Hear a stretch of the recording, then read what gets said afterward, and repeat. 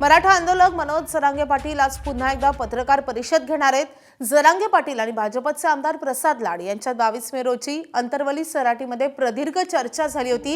1.5 तास माध्यमांसमोर आणि त्यानंतर बंद खोलीत झालेल्या चर्चेनंतर मराठा आरक्षणाच्या अंमलबजावणी संदर्भात सरकारकडून ठोस आश्वासन मिळेल अशी जरांगे पाटलांना अपेक्षा होती। मात्र या भेटीला 6 दिवस झाले तरी अजून सरकारनं काहीच पावलं उचलली नाहीयेत। जरांगे यांनी 28 मे पर्यंत उत्तर देण्याची वेळ दिली होती, मात्र तो अल्टिमेटमही आज संपलाय। त्यामुळे आज जरांगे पत्रकार परिषदेतून 30 मे पासून आंदोलनाची अधिकृत घोषणा करण्याची शक्यता आहे। यावेळी ते पुन्हा उपोषणाला बसणार की आंदोलनाचं स्वरूप बदलणार हे देखील आजच्या पत्रकार परिषदेत स्पष्ट होईल।